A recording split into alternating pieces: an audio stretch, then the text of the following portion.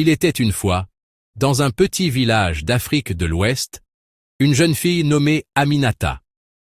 À 20 ans, elle était connue pour sa gentillesse, son sourire radieux et ses excellentes performances à l'école.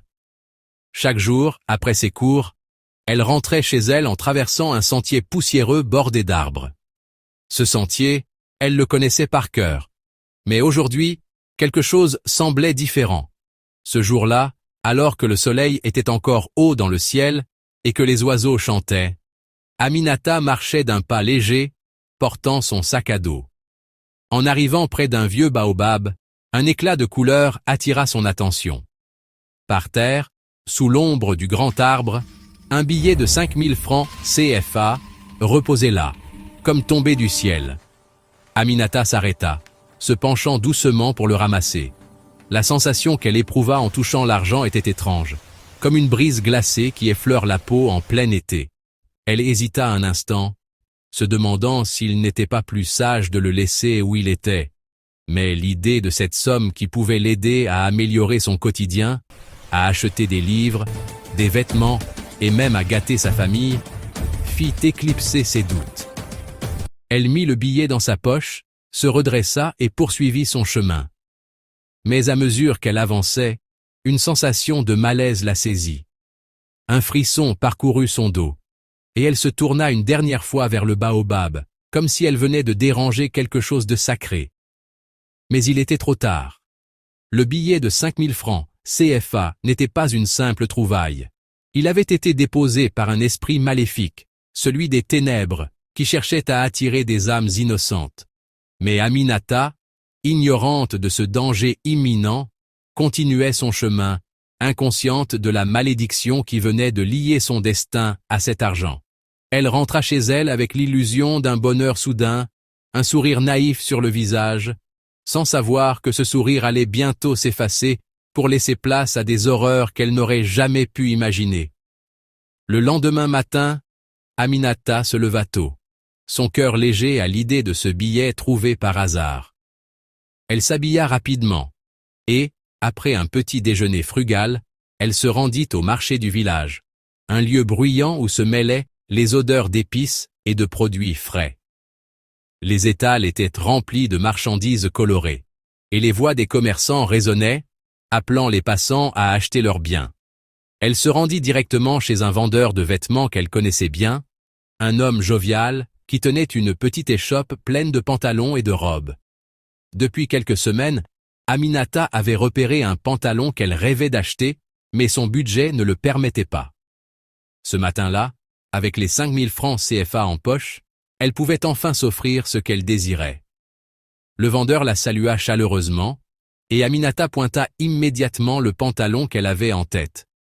C'était un modèle simple mais élégant, d'un tissu doux et léger, parfait pour l'été. Il coûtait exactement 3000 francs CFA, et Aminata n'hésita pas une seconde. Le vendeur, en lui tendant le pantalon, remarqua l'éclat de ses yeux, comme une étincelle de bonheur pur. Elle lui remit l'argent avec un sourire radieux, et il la remercia, tout en lui donnant un sac en plastique, où était rangé son achat. Aminata se sentit soudainement fière et heureuse de pouvoir se permettre une telle dépense. Cependant, au moment où elle toucha l'argent du billet, une étrange sensation la traversa, comme une chaleur étrange qui montait de ses mains. Elle secoua la tête, chassant cette pensée, et se dirigea vers la sortie du marché. Mais avant de partir, elle s'arrêta un instant, jetant un dernier regard sur les étals. C'est là qu'elle aperçut un petit restaurant au bout du marché, un lieu modeste mais qui servait des plats délicieux. L'idée d'un bon repas après l'achat de son pantalon la séduisit immédiatement. Aminata se dirigea donc vers ce restaurant, un petit établissement en bois où la lumière tamisée créait une atmosphère chaleureuse. À l'intérieur, les clients étaient rares, mais le personnel l'accueillit avec une gentillesse particulière, comme si elle était attendue. Elle s'installa à une table près de la fenêtre, regardant les gens passer dans la rue. Elle commanda un plat de riz accompagné de viande et de légumes frais. Un délice simple mais réconfortant. Alors qu'elle attendait, son regard se posa sur le billet de 5000 francs CFA qu'elle avait encore dans sa poche. Elle le sortit furtivement, l'examina, et le remit dans sa poche avec un léger frisson. C'était comme si, à chaque fois qu'elle y pensait, un voile de malaise se posait sur son cœur. Lorsque le plat arriva, Aminata se jeta dessus avec appétit, savourant chaque bouchée comme si elle ne s'était jamais sentie aussi affamée.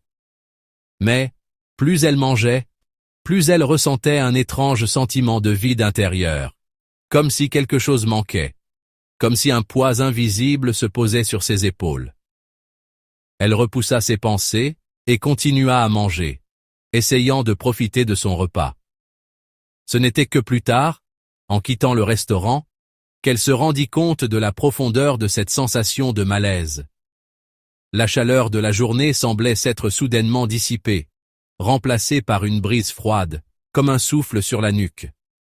Elle avait l'impression que tout autour d'elle devenait flou, comme si la réalité se dérobait sous ses pieds. Ce sentiment de malaise ne la quitterait pas de sitôt. Elle n'avait pas compris qu'en suivant ce fil conducteur de l'argent trouvé, elle venait de s'enfoncer dans un piège tendu par des forces invisibles, des forces que seul l'esprit maléfique connaissait. Les jours passaient, mais l'inquiétude d'Aminata grandissait. Ce billet de 5000 francs CFA qu'elle avait trouvé ne cessait de la hanter. La sensation étrange qu'elle avait eue en le ramassant, la chaleur froide qui s'élevait dans ses mains à chaque fois qu'elle y pensait, n'avait cessé de la perturber. Pourtant, elle essayait de se convaincre que ce n'était que le fruit de son imagination. Mais ce matin-là, alors qu'elle se réveillait, un sentiment de lourdeur envahit son être. Elle se leva péniblement, une étrange lassitude pesant sur ses épaules. C'était comme si elle n'avait pas dormi du tout, bien qu'elle se soit endormie tard dans la nuit, épuisée par des rêves étranges. Les ombres de la nuit semblaient l'avoir suivie jusque dans la lumière du jour. Aminata se rendit à l'école comme d'habitude, mais la journée parut interminable. Elle n'arrivait plus à se concentrer sur ses cours, son esprit vagabondait sans cesse vers cette sensation étrange, vers ce billet maudit qu'elle n'avait toujours pas su abandonner. En rentrant chez elle après l'école, son ventre criait famine, mais elle n'eut pas la force de préparer un repas. Son regard se tourna, une fois encore, vers le petit restaurant qu'elle avait fréquenté le jour où elle avait acheté son pantalon. Ce lieu semblait l'appeler, comme une sirène dans la brume, promettant à la fois réconfort et satisfaction. Elle n'hésita pas et se rendit de nouveau dans le même établissement. La serveuse qui l'avait accueillie si chaleureusement lors de sa première visite, la salua d'un sourire qui sembla cette fois-ci étrange, presque trop forcé. Aminata s'installa à une table près de la fenêtre, sans vraiment prêter attention à son environnement. Elle avait l'impression que chaque mouvement autour d'elle était lent, que le temps se dilatait. Quand le plat arriva, elle eut un étrange sentiment de déjà-vu. C'était le même plat que la première fois, riz, viande et légumes frais. Mais cette fois, la viande semblait trop grasse, les légumes trop cuits. Chaque bouchée, au lieu de la réconforter, augmentait son malaise. La serveuse la regardait fixement, son sourire figé. Il y avait quelque chose de presque sinistre dans ses yeux, mais Aminata n'arrivait pas à en saisir le sens. Elle se força à manger, bien que chaque bouchée lui semble de plus en plus difficile à avaler. Elle avait l'impression de manger quelque chose de plus lourd que de la nourriture, comme si chaque bouchée absorbait une partie de son énergie, de sa vitalité. Puis, une pensée inquiétante lui traversa l'esprit. Et si ce repas n'était pas destiné à la nourrir, mais à la consommer lentement, à la vider de son essence même? Une sensation de vertige la saisit soudainement. Aminata posa sa fourchette, se leva précipitamment et se dirigea vers la sortie du restaurant. Elle n'avait plus faim. Le malaise qu'elle ressentait était trop grand, trop envahissant. Une fois dehors, l'air frais la frappa en pleine face, mais il ne réussit pas à dissiper la brume étrange qui enveloppait ses pensées. À mesure qu'elle marchait vers chez elle, la sensation de froid s'intensifiait. Les ombres semblaient se rapprocher d'elle, comme si elle suivait chacun de ses pas. Chaque bruit autour d'elle devenait plus fort, plus menaçant. Elle tourna la tête plusieurs fois, mais il n'y avait personne derrière elle. Pourtant, cette présence invisible, ce poids invisible, la poursuivait. En rentrant chez elle, son cœur battait la chamade. Elle referma la porte derrière elle, s'efforçant de respirer profondément. Mais il n'y avait pas de répit. Le mal qui s'était introduit dans sa vie, à travers ce billet maudit, s'était ancré en elle, plus profondément qu'elle ne pouvait l'imaginer. Les objets de la pièce se tordaient, comme si un voile de brume les enveloppait. Ses mains tremblaient, et elle sentait une chaleur suffocante envahir son corps. Les voix, dans sa tête, se firent de plus en plus fortes, et une présence sombre envahit la pièce. La brume se fit plus épaisse, tout autour d'elle. Les ombres dansaient, se tordant autour d'elle, comme si elle cherchait à la prendre.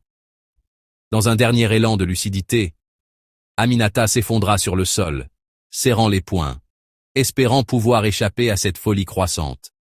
Mais il était trop tard. L'esprit maléfique qui avait déposé le billet maudit était déjà là, prêt à l'engloutir. Elle hurla une dernière fois, avant que l'obscurité ne prenne définitivement le dessus. Les jours suivants, Aminata devint une ombre d'elle-même. Elle errait dans sa maison, comme une âme perdue, l'esprit envahi par une confusion insondable. Les autres habitants du village la regardaient avec inquiétude, remarquant son teint pâle, son regard vide et son étrange comportement.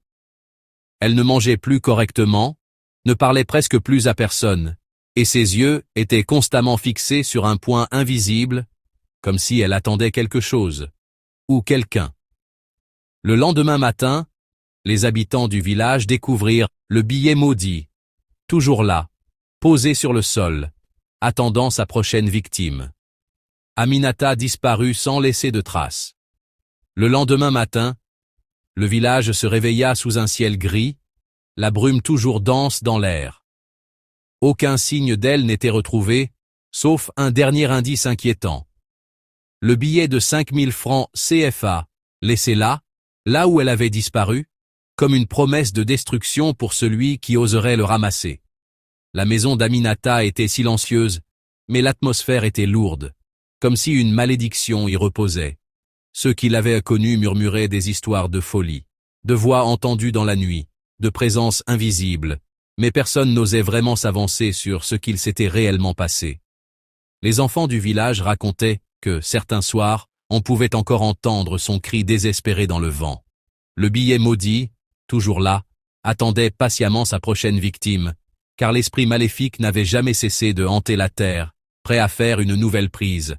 Et ainsi, la légende d'Aminata se transforma en un avertissement. Ne jamais ramasser ce qui ne t'appartient pas, car l'argent n'est pas toujours une bénédiction, mais parfois la clé de l'âme perdue.